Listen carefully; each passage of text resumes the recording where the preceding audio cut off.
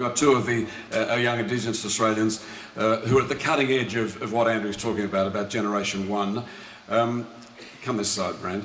Maree Ansey is the Indigenous Employment Advisor at Leighton Contractors in WA, or in fact around the country, and alongside her, Brent Barron is an 18-year-old apprentice boilermaker. So we want to briefly just talk to them about what they do. Maree, you're responsible for all these things that Andrew's talking about, is that right?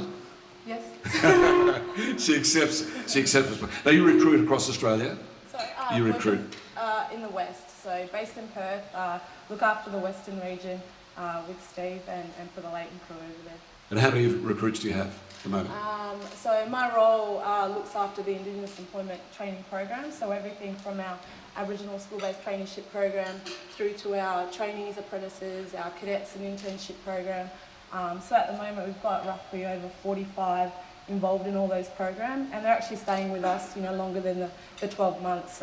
We go to our workshop and we've got, 30 trainees in there, and we're proud to say we've got a cohort of Indigenous employees right through the group. So next year we'll have first, second, third and fourth year apprentices that are coming through our pathway programs into the business and looking at, supervisor and ops manager and project manager roles, which is quite exciting to see.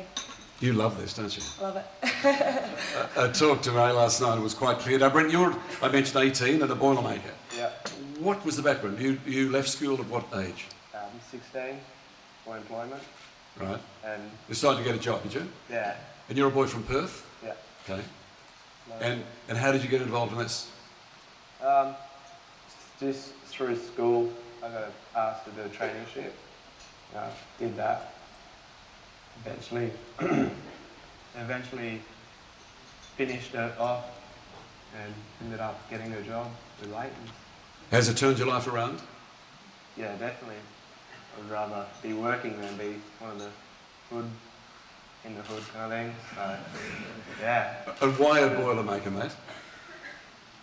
Just taking my life from while I was doing my traineeship. So, yeah. Okay. And what are your dreams? What would you love to do with this once you get your ticket? Most probably go on the oil rigs. Oil rigs? Hopefully. Okay. If not, I'll hopefully start my own business. Start your own business? Hopefully. Do you want Andrew's job? Wish so. Come and do it. Maree, do you think you're making a difference to the Aboriginal world in Australia? When I first started in this role, I never worked in employment. I'm a sport and rec background, so as you do, Aboriginal people, we love our sport. So coming in, it was, learning about the job for me, and I think, putting these programs in place for these kids. I mean, I'm going through the same process myself. I'm 24. I've been in this role for 2 years. Been given opportunities left, right and centre. I mean, coming to this is a huge personal development for me. So I think along with these guys, I'm learning along the way, and in short, yes, I think they are making a difference, because Brent's an example of somebody that's come through a program that I, started 2 years ago, 3 years ago.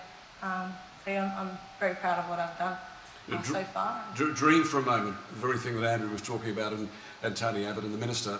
30 years' time, fast forward, will we have a different world for Australian Indigenous people? After hearing the speeches today and seeing all the faces in the room, and being involved with the leadership team, for Leighton's and the people that I work with, yes, definitely think that that these changes will happen, and it will take time, in 30 to 50 years, but definitely, yes, I think change will come, positive change. And is closing the gap in 30 or 40 years' time, is that unreal? No, very real. Very real? Very real, yeah. We spoke about it last night. I'm the eldest of 5, so I look at how my younger brothers and sister are growing up, and I'm only 8 years older, so it's seeing the opportunities that they were given, and I'm, like I said, only 8 years older, and telling them, take the most of it, because I didn't have that when I was your age, sort of thing. So I feel like I'm 30 when I'm saying it, but all of 30. Yeah, but it's only 7 or 8 years, so that in itself, it's a short time, but a lot of change has happened for them. Well, you're an amazing young woman, and I take it that you wouldn't be here without her, Brent? No, probably not. Yeah. She straightens you out, does she? Yeah. She does indeed. All right, we congratulate you both. Please have a seat. Thanks for coming and joining us here. Thank you very much.